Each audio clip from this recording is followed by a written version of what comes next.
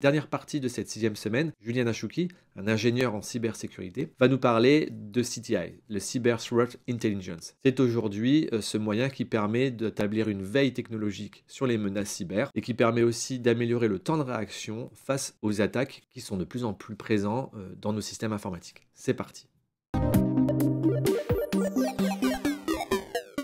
Aujourd'hui, nous allons parler de Cyber Threat Intelligence et du rapprochement entre cette activité et l'activité de détection d'intrusion par les CIEM.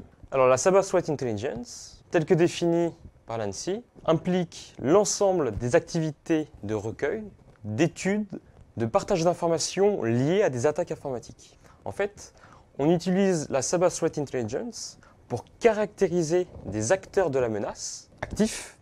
Cette caractérisation, elle va permettre d'identifier en fait les motivations de ces acteurs, leurs ressources, combien ils sont, quels sont leurs niveaux de compétences, quelle est l'infrastructure qu'ils utilisent, et aussi les campagnes d'attaque que l'on peut relier à ces acteurs de la menace. Quand on parle de campagnes d'attaque, eh bien on va chercher à comprendre et à identifier leur mode opératoire et tous les éléments techniques que l'on va appeler des indicateurs de compromission qui nous permettront, à un niveau technique, d'identifier très rapidement des incidents de sécurité liés à ces campagnes d'attaque. Alors, la Cyber Threat Intelligence, c'est tout d'abord une activité de renseignement appliquée au domaine de la cybersécurité. Donc l'idée, en fait, c'est de pouvoir travailler. Alors, ce qu'il faut avoir en tête, c'est que dans ce domaine, il y a une très grande communauté internationale qui travaille ensemble pour justement pouvoir caractériser ces acteurs de la menace. Et l'idée est de pouvoir en fait mettre à jour de manière continuelle une base de connaissances de ces menaces. Finalement, la Cyber Threat Intelligence va permettre aux entreprises à la fois d'adapter leur stratégie en termes de cyberdéfense et d'adapter à un niveau opérationnel les mesures de sécurité. Au niveau stratégique, on pourra décider, par exemple, de modifier pendant un temps donné sa politique de sécurité du système d'information, sa PSSI. À un niveau opérationnel, ça peut être la création de nouvelles règles, ça peut être la mise en place de nouvelles sondes de détection réseau, pourquoi pas. Voilà, ce qu'il faut avoir en tête, c'est la Cyber Threat Intelligence, c'est une activité de renseignement qui sert au final des entreprises et des organisations et qui leur permettent finalement de pouvoir adapter leur stratégie et leurs mesures opérationnelles de sécurité. Pour cela, il nous faut une communauté, il nous faut un partage d'informations avec le plus grand nombre. Dans le domaine de la Cyber Threat Intelligence, on va avoir différents types d'acteurs et on va avoir aussi énormément d'acteurs. On va avoir tout d'abord des services étatiques, on va avoir du côté français par exemple le CERT qui va travailler, qui va avoir une cellule dédiée autour de cette activité. On va avoir des grands groupes français, étrangers, des multinationales qui vont avoir des cellules de Cyber Threat Intelligence. On va ensuite avoir des plateformes ouvertes qui vont permettre de partager ces informations. On pense par exemple à la plateforme du MISP, mais on pense aussi à OpenCTI, des laboratoires de recherche ou encore des entreprises spécialisées dans ce domaine qui vont pouvoir travailler sur ce type d'activité. Pour faire court, puisqu'on n'est pas là pour donner un cours de CTI, on a deux types d'approches dans cette activité de renseignement. Une approche de type post-mortem, donc en fait on va aller à la suite d'une attaque essayer de récupérer ce qu'on appelle des marqueurs techniques, des indicateurs de compromission, et aussi aller essayer de comprendre les modes opératoires de l'attaquant, de la source de l'attaque. Dans quelle utilité? Eh bien c'est de pouvoir remonter et exploiter ces informations pour ensuite la partager au plus grand nombre pour qu'en fait, au niveau des outils de détection d'intrusion et de la gestion des événements de sécurité, on puisse très rapidement pouvoir identifier ces marqueurs et donc finalement de pouvoir en fait prévenir le renouvellement de ce type d'attaque. Donc la deuxième approche type, eh bien, c'est la surveillance. L'idée de la surveillance, c'est de pouvoir en fait, à travers ce qu'on appelle une activité d'OSINT, donc de recherche depuis des sources ouvertes, donc sur Internet, des forums, des réseaux sociaux, des IRC, eh bien, de pouvoir identifier et caractériser une menace émergente.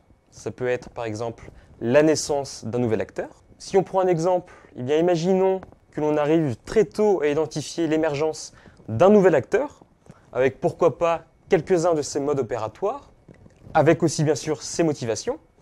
Et si ces motivations sont par exemple d'attaquer des entreprises ou des organisations dans le secteur bancaire, eh bien ces mêmes entreprises, ces mêmes cibles vont pouvoir très tôt adapter, alors déjà obtenir cette information, ce risque, cette menace, et ensuite, si elles le souhaitent, adapter leur stratégie en amont même de l'attaque. Voilà. Et elle permet aussi, bien sûr, de mettre à jour les bases de connaissances sur l'ensemble des acteurs en fonction des nouvelles données que l'on pourrait trouver. Donc, maintenant, si on veut avoir une vue d'ensemble sur les types d'informations que l'on va récolter, très simplifié, puisqu'on n'est pas dans un cours de CTI, eh bien, on va récupérer au niveau de l'acteur de la menace des informations qui permettent d'identifier ses ressources et ses motivations, si c'est un activiste, si c'est un groupe étatique, etc.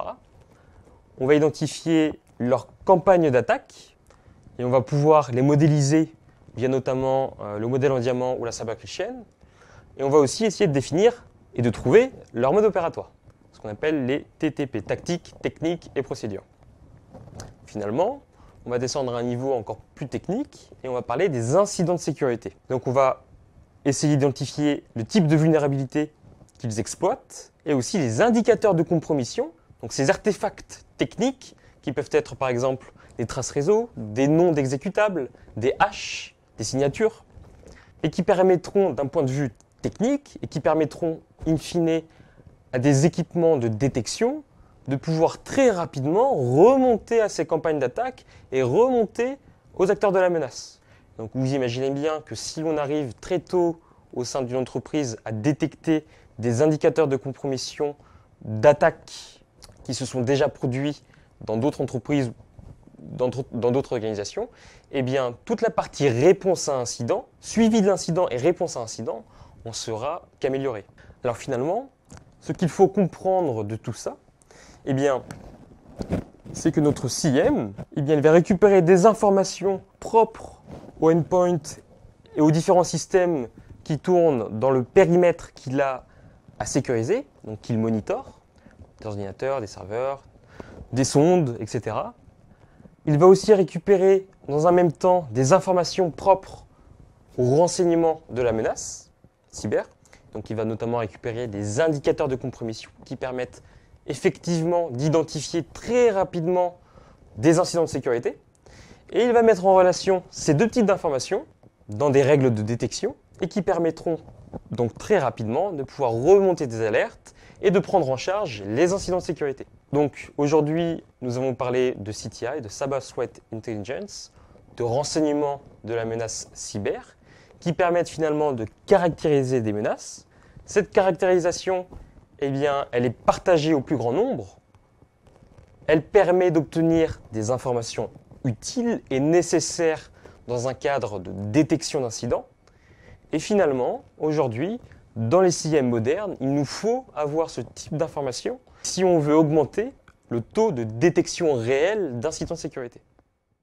Nous allons aborder la notion de la remontée d'alerte, de la remontée d'incidents et plus particulièrement de l'automatisation de ces remontées. Et nous terminerons par des outils d'analyse comportementale basés sur du machine learning. Donc, tout d'abord, on va parler de la remontée d'alerte. Donc, ce qu'il faut comprendre, c'est qu'aujourd'hui, sur le marché, il existe une multitude de produits qui permettent de remonter des alertes à des systèmes de gestion des événements, donc à des CIEM, que ce soit des sondes ou même des produits, des outils quelconques. Et cette multitude de produits eh bien, va créer en fait une multitude de formats de messages d'alerte.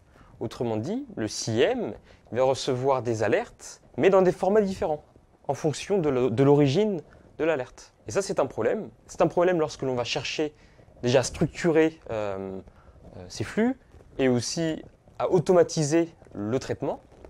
Et donc pour cela, l'IETF, qui est donc le premier organisme de normalisation Internet, a proposé via la RFC 4765, qui est donc une spécification, un format d'échange et de remontée d'alerte. Donc, ce format se nomme IDMEF pour Intrusion Detection Message Exchange Format. Donc, ce qu'il faut comprendre, c'est que ce format va être utilisé par des machines pour des machines. Ce sont les systèmes de détection d'intrusion qui vont communiquer des alertes au système de gestion des événements de sécurité, donc au SIEM en fait. Donc le format de l'IDMF, c'est donc un format XML. Il est recommandé par le référentiel général d'interopérabilité. Et si on prend deux exemples d'alertes que l'on va trouver sur la RFC, eh bien on peut avoir par exemple deux mauvaises authentifications successives sur une mire d'authentification, pourquoi pas sensible. On peut avoir aussi une ou plusieurs requêtes effectuées sur une table précise qui n'est pas censée être requêtée. Et bien ça, ce type d'événements, ce sont des événements, hein, eh bien, peuvent générer des alertes. On peut, si on le souhaite, identifier ces événements comme des alertes et donc remonter cette information au SIEM. Alors, maintenant, si on regarde le format en lui-même, tel que défini et proposé par l'IETF, donc on va avoir tout d'abord la possibilité d'insérer l'identifiant du système de détection remontant l'alerte, create time qui correspond à la date où l'alerte a été créée, detect time qui correspond à l'heure où l'alerte a été identifiée, détectée, analyzer time qui correspond à l'heure courante du système de détection. Et donc ensuite, on va pouvoir avoir des informations sur l'origine de l'alerte et sur la cible de celle-ci. Donc on va pouvoir donner des informations telles que, par exemple, une adresse IP via le node, sur le user qui a été à l'origine de cette alerte, si on a cette information, toujours, ou alors le process, ou encore le service. Et de la même manière, on va pouvoir spécifier des informations permettant de contextualiser la cible de l'alerte. Donc on va pouvoir aussi donner un nom à cette alerte via classification. Donc le nom, il va être basé sur un certain nombre de références. Et assessment qui va donner un niveau d'impact au moins théorique de l'alerte. Voilà. Donc tel que proposé par l'IETF, on va pouvoir aussi avoir un autre message que l'on va pouvoir envoyer, que les sondes, que les systèmes de détection vont pouvoir envoyer, qui est donc Heartbeat, et qui leur permettent en fait d'indiquer leur état de fonctionnement opérationnel au système de gestion des événements de sécurité. Autrement dit, ce message permet aux sondes, au système de détection, de dire à notre SIEM qu'effectivement elles sont en marche et qu'elles sont en capacité d'envoyer les messages, ces fameux messages d'alerte. Donc maintenant, on va parler de l'automatisation de la remontée d'incidents. Donc cette automatisation, encore une fois proposée et définie par l'IETF, dans la RFC, donc dans une spécification spécifique qui est la 5070, se nomme Incident Object Description Exchange Format, IODEF. Donc ce format d'échange va opérer entre le système de management des événements de sécurité et des équipes techniques, entre une machine et des humains. Donc précédemment, on a vu un format d'échange de messages entre des machines qui permet de remonter des alertes. Et une fois que l'on a caractérisé ces alertes en incident, eh bien, le système de management, via l'IODEF, va pouvoir envoyer aux équipes techniques, au SOC, au CERT, une information, un message correspondant à un incident. Et ce message-là, il sera formaté tel que défini par l'IODEF. Voilà, donc on est toujours sur un format XML. On peut voir différents types d'incidents, comme par exemple de la reconnaissance en interne, un verre informatique, etc.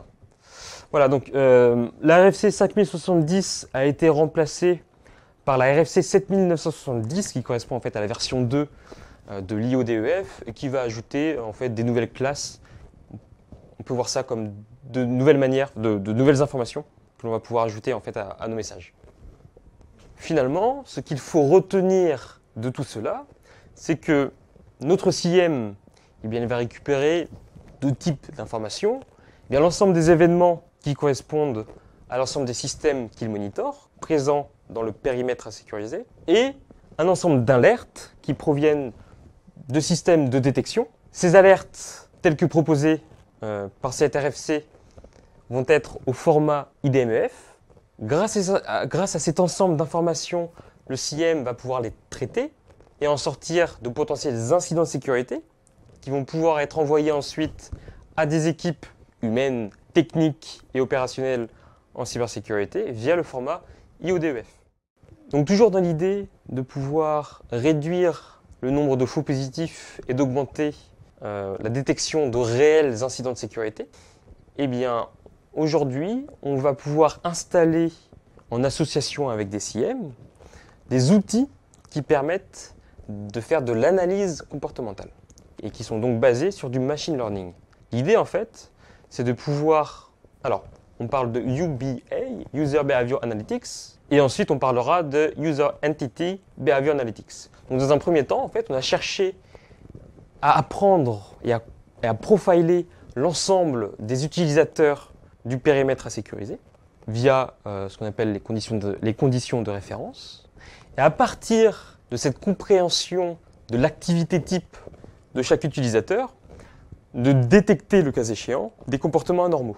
Donc tout d'abord, lorsque l'on cherche à profiler un utilisateur, eh bien on va essayer de trouver des informations. Enfin, on va enregistrer des informations sur son compte, sur son rôle au sein de l'entreprise, ses accès, son activité type sur le réseau, sa localisation géographique, que ce soit en télétravail ou non, ses heures de connexion, la durée de connexion, etc. Et toutes ces informations vont permettre justement de profiler l'utilisateur. Lorsqu'une anomalie, lorsqu'un comportement non habituel et potentiellement malicieux est détecté, eh bien, une alerte sera envoyée au système de gestion des événements de sécurité et on pourra associer un score correspondant au niveau d'alerte. Donc, on a eu dans un premier temps l'analyse comportementale axée autour des utilisateurs et dans un second temps est venue l'analyse comportementale toujours axée au niveau des utilisateurs mais aussi sur l'ensemble des nœuds et donc des systèmes qui vont composer le périmètre à sécuriser, des serveurs, des logiciels, etc. Donc finalement, le fait d'intégrer ce type d'outils va permettre d'avoir une meilleure vue d'ensemble de l'activité du périmètre surveillé. Ça va permettre de réduire des faux positifs et finalement, grâce à l'analyse comportementale, de détecter de potentiels zero day. Nous arrivons au terme de cette semaine de MOOC. J'espère tout d'abord qu'elle vous aura plu. L'objectif principal a été de pouvoir vous introduire le domaine des CIEM, mais aussi de pouvoir faire une ouverture sur des domaines en lien. À noter que ce domaine est un domaine technique et donc qu'il est amené à évoluer dans le temps, comme il a évolué ces 15 dernières années. Donc durant cette semaine, nous avons vu les fonctions, si je puis dire, historiques d'un CIEM et nous avons appréhendé aussi les fonctions modernes. Un CIEM, comme nous l'avons vu, c'est une architecture technique qui va permettre de monitorer, de surveiller un périmètre à sécuriser et de finalement pouvoir identifier en temps réel des incidents de sécurité. Ce fonctionnement, il est basé sur la récolte d'événements de sécurité qui sont donc envoyés à notre CIEM. Ces événements de sécurité étant des logs provenant de l'ensemble des processus tournant sur les systèmes monitorés, sur les systèmes qui sont surveillés. Donc le CIEM de l'analyse et de la détection est un système de remontée d'alerte. Ce système, comme on l'a vu, eh bien, on a pu l'associer avec des informations et des technologies tierces. Des informations, eh bien, on va parler du domaine du renseignement de la menace, de la Cyber Threat Intelligence, la CTI, qui va nous permettre finalement de pouvoir mettre en correspondance, mettre en relation des données issues de notre périmètre à sécuriser, donc des données correspondant à des événements de sécurité, avec des données issues du renseignement de la menace, des indicateurs de compromission, de pouvoir faire ce lien et de pouvoir détecter plus rapidement, de manière plus efficace, des incidents de sécurité et une potentielle compromission de notre système. Finalement, cela contribuera à la diminution du nombre de faux positifs de notre CIEM. Comme je l'ai dit, on va pouvoir aussi associer des technologies. On a présenté le machine learning qui va permettre directement sur nos systèmes surveillés de pouvoir installer des outils qui, grâce à de l'analyse comportementale, va pouvoir être en capacité de détecter des comportements anormaux et de remonter des alertes à notre système de gestion d'événements de sécurité, à notre SIEM. Ceci étant dit, le SIEM étant une architecture technique, eh bien, il ne peut fonctionner tout seul. Il doit donc être intégré à un Security Operations Center. Ce Security Operations Center, c'est effectivement lui, grâce à son personnel, composé donc de profils compétents dans le domaine de la sécurité numérique, qui va pouvoir le mettre en place, cette architecture, la paramétrer, la maintenir, et derrière de pouvoir analyser et traiter l'ensemble des alertes et des potentiels incidents de sécurité. Donc c'est effectivement tout cet ensemble qui va nous permettre aujourd'hui d'avoir un système cohérent, structuré, permettant de gérer efficacement des événements de sécurité et d'identifier au plus tôt des incidents de sécurité. Je vous remercie pour avoir suivi ce cours tout au long de cette semaine et je vous dis à bientôt.